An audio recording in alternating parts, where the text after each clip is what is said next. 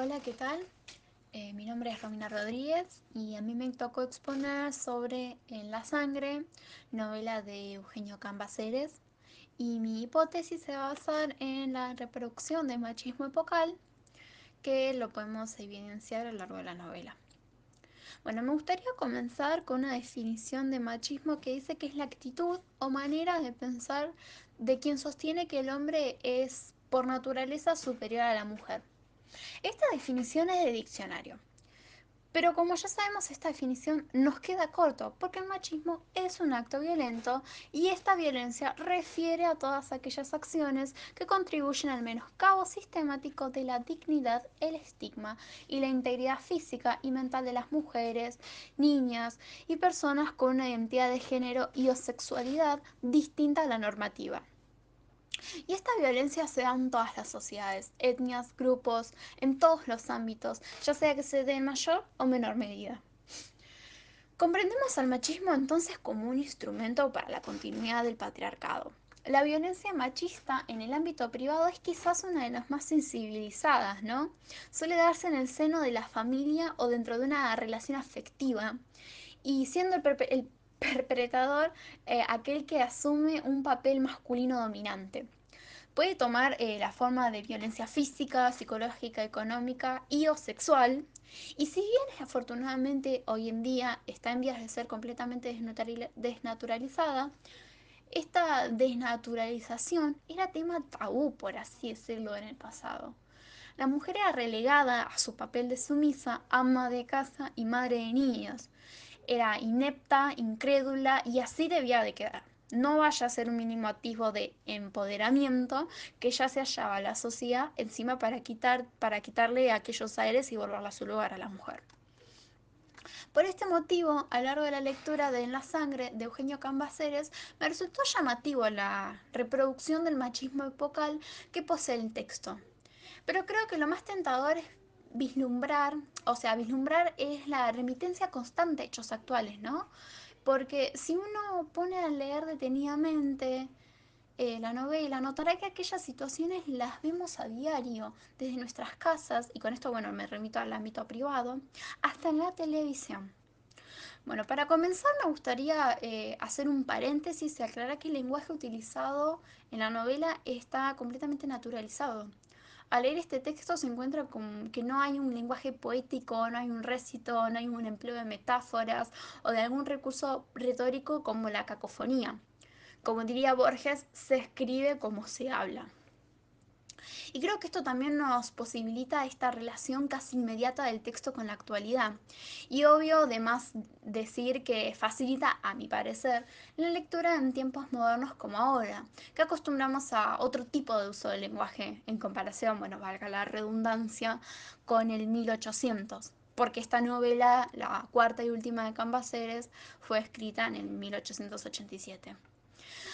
Volviendo al tema central del análisis, bueno, de este análisis, al momento de evidenciar el machismo en el texto, lo encontramos mayormente explícito, tanto en su narrativa como en los diálogos que los personajes entablan, y en la construcción misma de los personajes que hacen a la historia. Y hablando de personajes, es pertinente remarcar que hay dos tipos de representación de la mujer desfavorecida por la desigualdad de género. Tendremos por un lado a la madre que se presentará a los inicios de la novela, y por el otro lado tendremos a Máxima, quien aparecerá en el segundo tramo de la historia, a quien literalmente la presentan como una mujer joven, una niña casi. Y acá tenemos presente el machismo epocal, ¿no?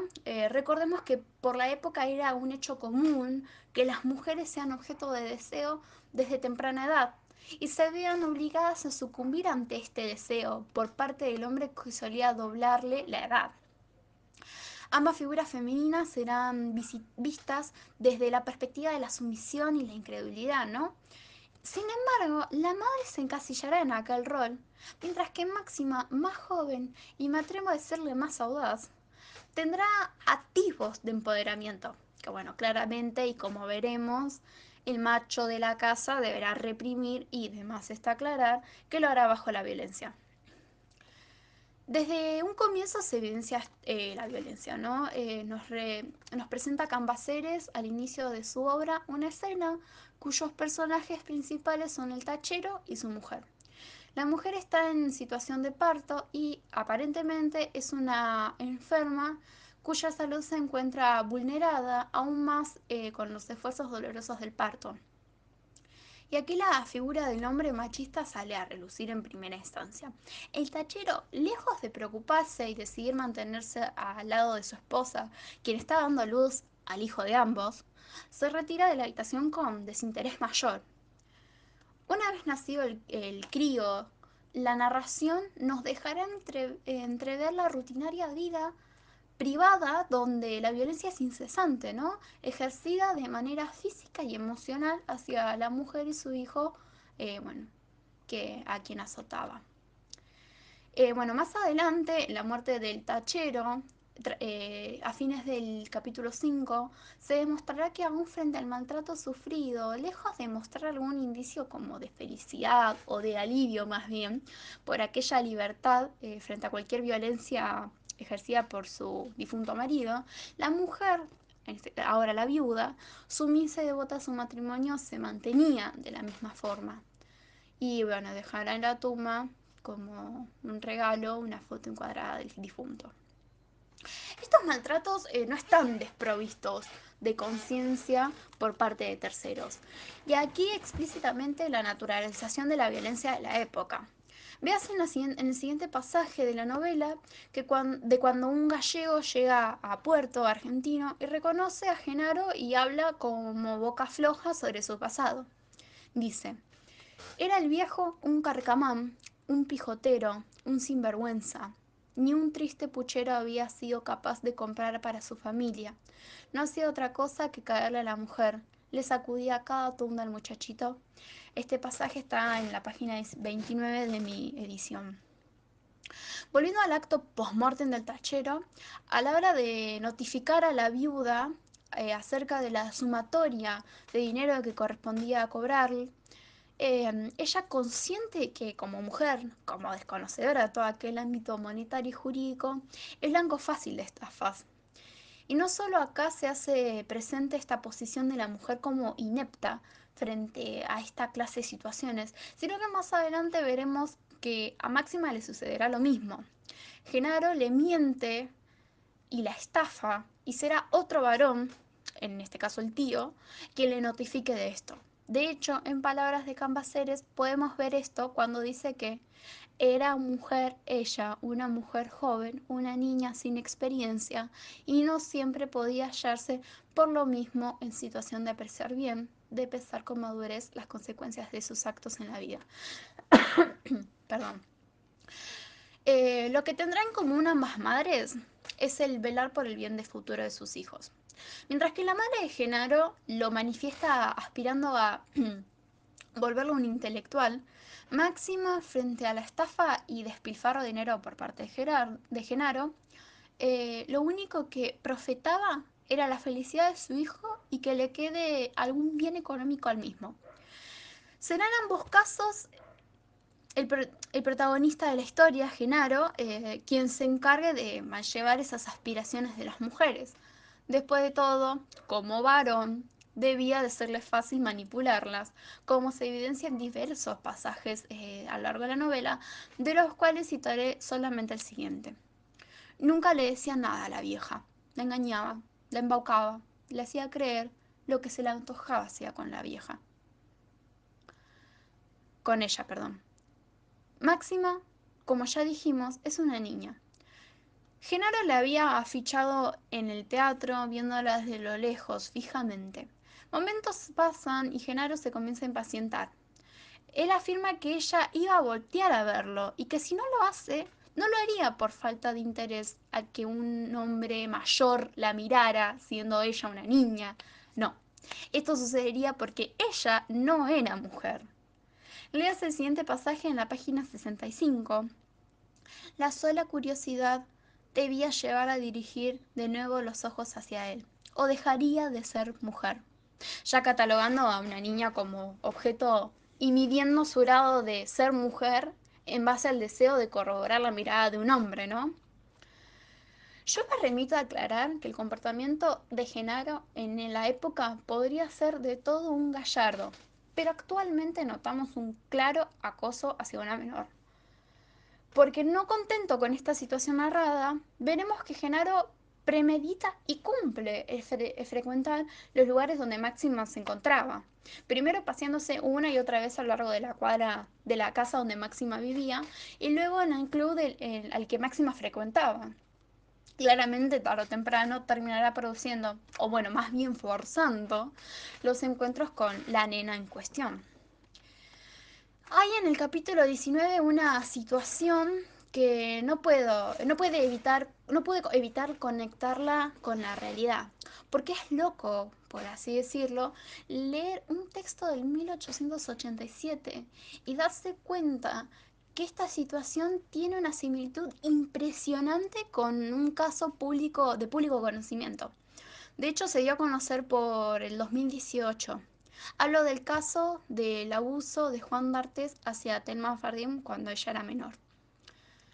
Genaro llevará a Máxima hacia un lugar de poca concurrencia y veremos en la narración cómo éste intenta aprovecharse de la nena, quien repite que no quiere, que pare, y sus acciones tímidamente saliendo de la sumisión a la cual debía encajarse como mujer, iba abotonándose el ropaje que Genaro intentaba fervientemente quitarle.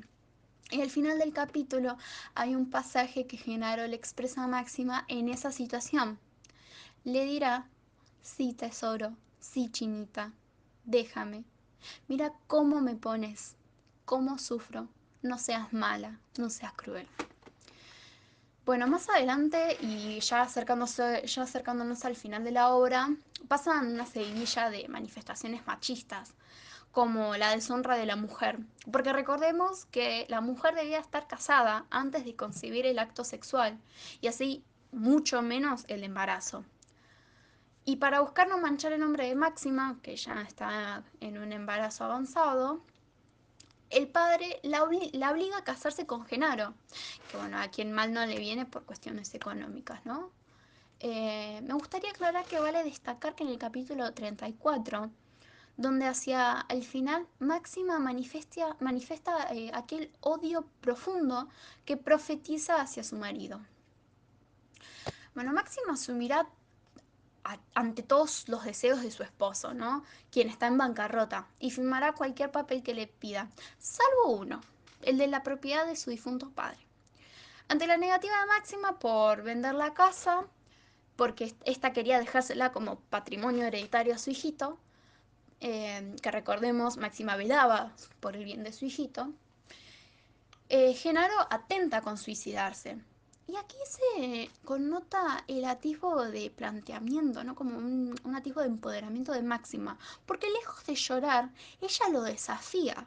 Le aclama que es un cobarde y que no lo hará. Genaro se debate frente a esto y bueno, y no puede perdonar aquel acto de rebeldía que le dirá, no dejará que esa chiquilina, esa mujer, le falte respeto.